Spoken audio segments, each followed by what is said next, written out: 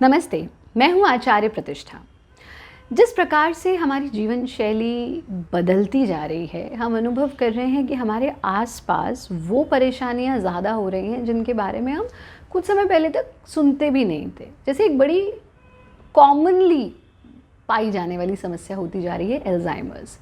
ख़ास तौर पर हम देख रहे हैं कि थोड़ी सी भी अधेड़ उम्र के लोग हैं तो वो भूलने लगे हैं, और इस हद तक भूलने लगे हैं कि कभी-कभी तो अपने बच्चों को भी भूल जाते हैं।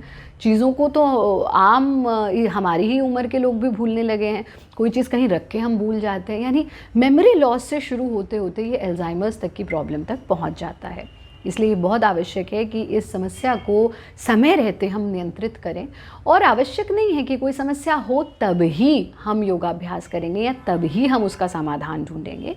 अगर आप नियमित रूप से योगाभ्यास करते हैं, योगमय जीवन जीते हैं, तो ये समस्याएं होंगी ही नहीं। आज हम बात कर रहे हैं मेमोरी लॉस या अल्ज़ाइमर्स तक पहुंच चुका मेमोरी लॉस, और कैसे योग की कुछ क्रियाएं करके, नियमित रूप से योगाभ्यास करके हम इस समस्या से बाहर आ सकते हैं। मैं बताऊंगी आपको, लेकिन उससे पहले आज का योग विचार। हमारे पूज्य दादाजी कहा करते थे कि भगवान सब जगह नहीं हो सकते थे, इसलिए भगवान ने माँ बना दी और माँ सबको दे दी।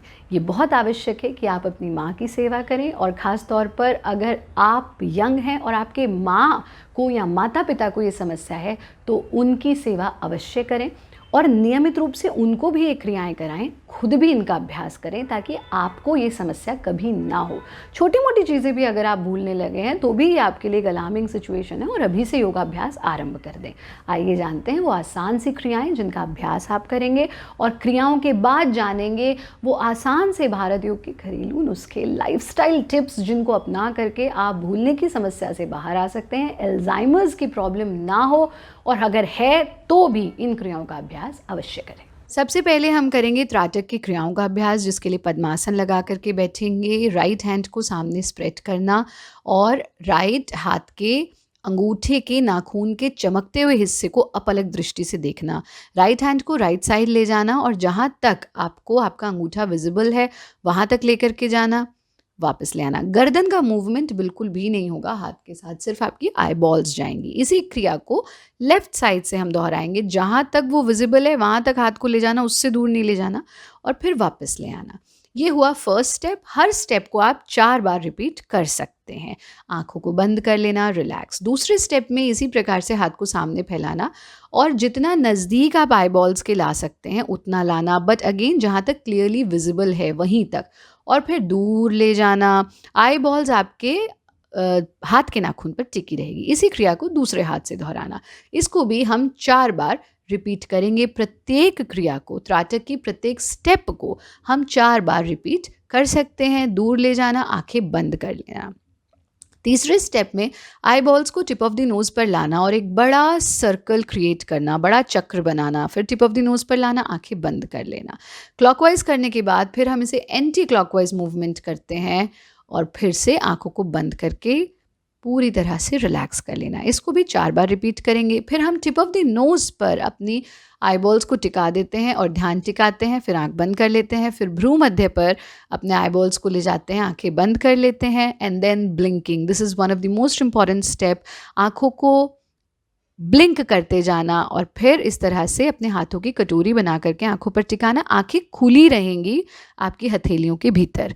फिर आंखों को बंद करके हथेलियों को हटा देंगे। इस समय आपको जो भी कलर नज़र आएगा उस पर कलर मेडिटेशन करना, एनी शेड ऑफ येलो और रेड।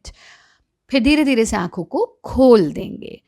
प्रयत्न शैथिल्यम, रिलैक्स। थोड़ी देर आंख को बंद करके जाप अवश्य करें, और जाप करने के बाद हम करते हैं गायत्री मंत्र का अभ्यास। ओम भूर्भुवः स्वः तत्सवितुर्वरेण्यं भर्गो देवस्य धीमहि धियो यो न प्रचोदयात्। जिस भी धर्म को आप मानते हैं उसका कोई मंत्र ले लीजिए। मंत्र का जाप बहुत आवश्यक है, यानी वाचिक मुंह से बोल करके भी आपने किया, और मानसिक रूप से भी जाप बहुत ही आवश्यक है। क्रियाओं का नियमित अभ्यास करें, और ये बहुत बहुत आवश्यक है कि आप अपने आप को फिजिकली और मेंटली एक्टिव रखें। एक समय था जब हमारी जो भारतीय संस्कृति है वो विज्ञान से भरी हुई है।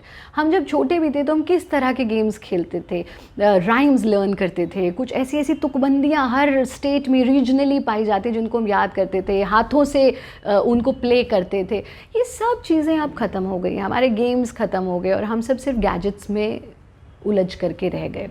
इसलिए अपनी ब्रेन एक्टिविटी, ब्रेन गेम्स ज़रूर खेलिए।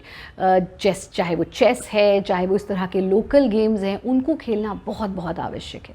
साथ में ये बहुत ज़रूरी है कि आप अपना गैजेट यूज़ कम कीजिए। आप सोचते होंगे आचार्य जी हर कार्यक्रम में यही कहती हैं, गैजेट यूज़ कम कीजिए, गैजेट यूज़ कम कीजिए।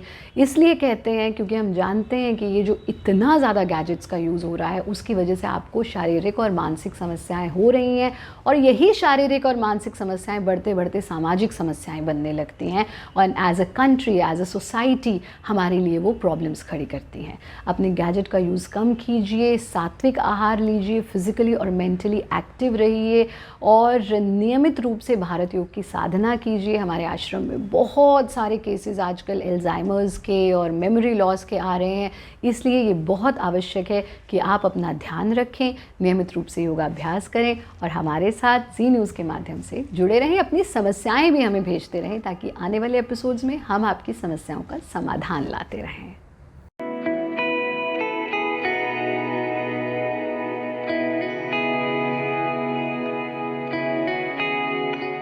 Presenting V News app, available on Google Play and App Store. Download it now.